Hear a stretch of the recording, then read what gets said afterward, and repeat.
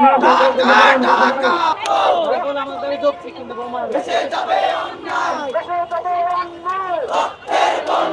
দীর্ঘ 17 বছর ধরে আন্দোলন করে আসছি আমাদের 4 দফা দাবি নিয়ে।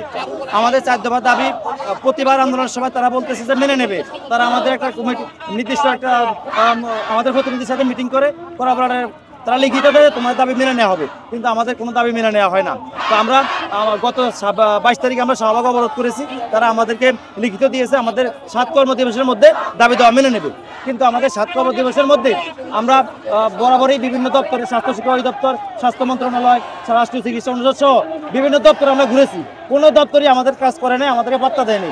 না দেওয়ার কারণে তারই ধারাবাহিকতায় আমরা আজকে ঢাকা টু লং মার্চ কর্মসূচি ডাক দিয়েছি। অতিবিলম্বে আমাদের দশম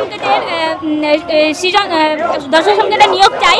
আমাদের দ্বিতীয় দাবি হচ্ছে আমরা অসংগতিপূর্ণ কোর্স কারিকুলাম বাতিল করে আমাদের 1 বছরের বাতাস ইন্টার্নশিপ চাই।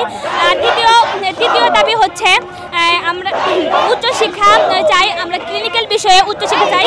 চতুর্থ দাবি হচ্ছে আমাদের এলাইট হেলথ বুট নামে একটা বুট করা হয়েছে, এই বুট আমরা মানি না, এই বুট বাতিল করে আমাদের মেডিকেল এডুকেশনাল অফ বুট নামে বুট চাই। আমাদের 1 যুগ ধরে আমাদের কোনো নিয়োগ দেওয়া হচ্ছে না, আমরা বেকারত্বের শিকার হচ্ছে, আমরা বৈষম্যের শিকার হচ্ছে।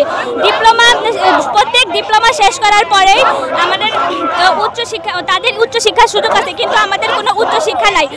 আমরা সবার ডিপ্লোমার পরে সবাই ইন্টার্নি করার পর ভাতা পাই, আমরা সেই ভাতাগুলোও পাচ্ছি না। স্বাস্থ্য অধিদপ্তর থেকে আমাদের সিনিয়র সমন্বয়কদের ডেকে নিয়ে 7 দিনের প্রতিশ্রুতি দেওয়া হয়। প্রতিশ্রুতি দেওয়ার পরেও আমাদের ওই 7 কর্মদিবস অতিবাহিত হওয়ার পরেও আমাদের কোনো দাবিগুলো আদায় না হয়। আমরা আজকে লং মার্চ ঢাকা ঘোষণা দিয়েছি এবং যতক্ষণ না পর্যন্ত আমাদের দাবি আদায় না হবে ততক্ষণ পর্যন্ত আমরা ঢাকার রাজপথ ছাড়বো না ইনশাল্লাহ।